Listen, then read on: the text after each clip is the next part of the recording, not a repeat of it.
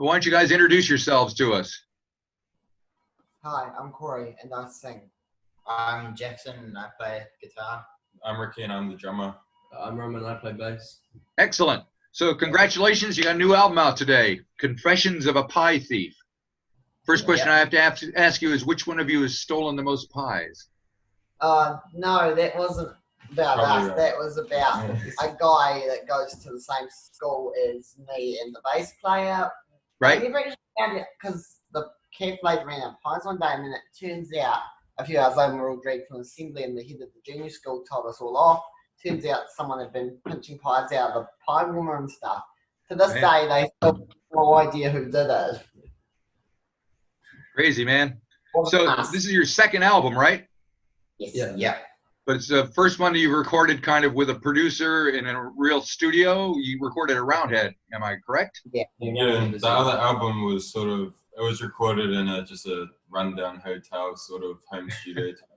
Sounds pretty Pretty, I just did our best on it. But It was this still a one cool was- experience, though. Yeah, definitely. Of course. So what was recording at Roundhead like for you? I mean, you guys are probably about 1,000 years younger than everybody else in the place. So It was actually pretty good. Like, we met a lot of new people and like we learned so much more, and it was definitely handy like doing that recording process before, even if it wasn't as professional, but still kind of like having similar like ideas on what to do. Yeah, because when we went in, we weren't like completely in the dark. We sort of knew the basics of what was happening, even though it was on a whole nother level and we were still pretty bad. Right. At it.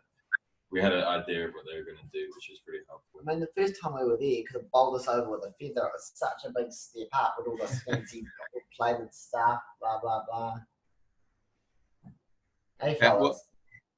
well, you know, I was thinking at first, you know, you don't want to sound too slick and highly produced, but I mean, the band that comes to mind for me when I hear you guys is the Sex Pistols. And the Sex Pistols, that album and those singles were amazingly produced records. They're like beautifully recorded and produced. So there's nothing that says that you can't do that. Did you think about that before you went in there?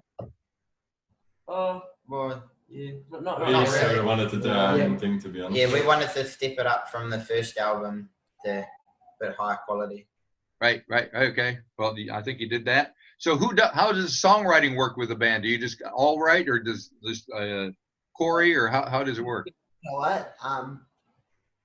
First of all, I will write a set of lyrics, and then once I've drafted it, got it perfect over a few tries, I will then bring it in and give it to these guys who will take it and I'll get them to explain their part. Yeah, we normally just muck around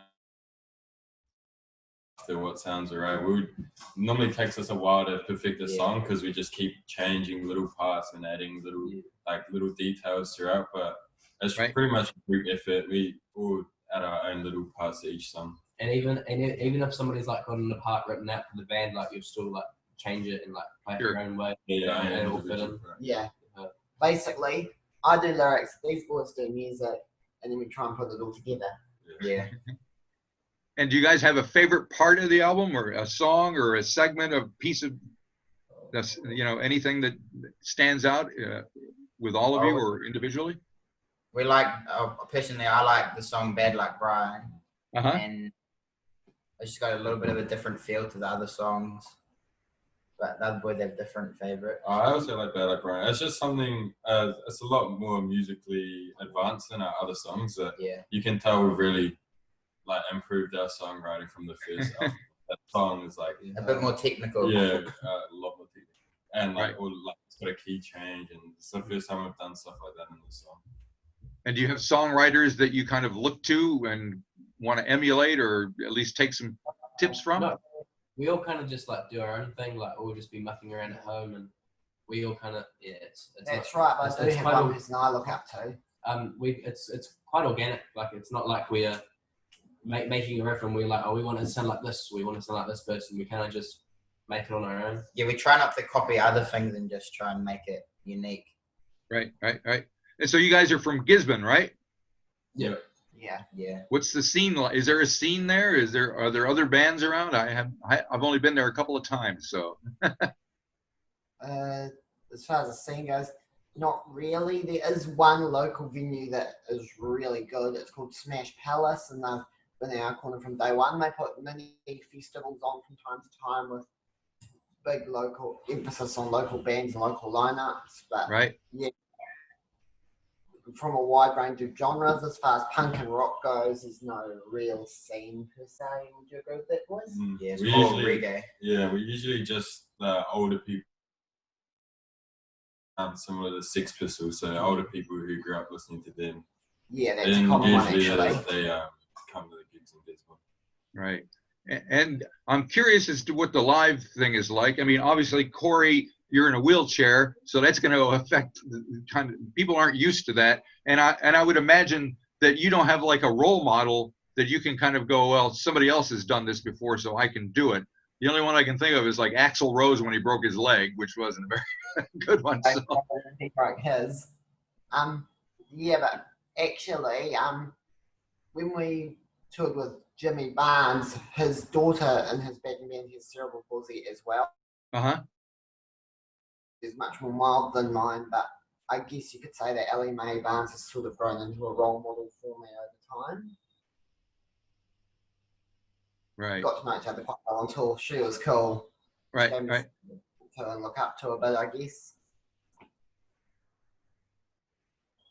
Oops, I think we lost him. Try it again. Okay.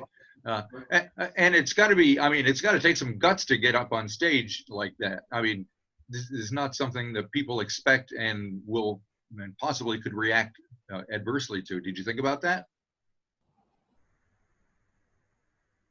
Weird that as far as being singers and wheelchairs and stuff, not that many of us around, if any others, and we sort of use that to try and be unique and stand out. If it didn't really like any other rock band, but it's what makes us different and special. Yeah. That, and also these guys are just bloody good musicians. Also, that's where the name for the band comes from. Yeah, that's where our name comes from. Sit down in front, yeah. Sit down in front. Would they sit down in front without me in the wheelchair, I guess? Yeah. Yeah, well, me being like 6'2", I hear that quite often. Sad to say. So you guys are all still in school, right? Yeah, we all have a couple of years left. Amazing. I mean, it blows my mind. So is this a long-term plan, this band, or are you just kind of doing it because you're in high school and you can play guitars and sing and drum? Well, I think we've obviously got like short-term plans for like what we've got coming up in the next like near future, but I think as far as long-term plans, you're kind of just taking it as it comes and kind of just planning as more things come along. Just going along with it, see where we'll be when we get there and make a decision. Right.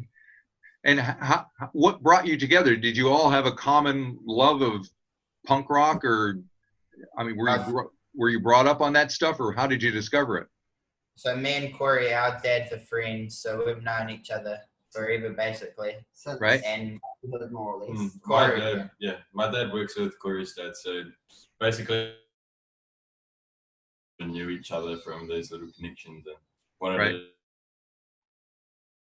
But after Rockquest, we played in the first regional Rockquest in Gisborne. As a 3-piece. Yeah, as a 3-piece. And we made the regional finals. We decided to take it more seriously and got Roman on board as well. Very good.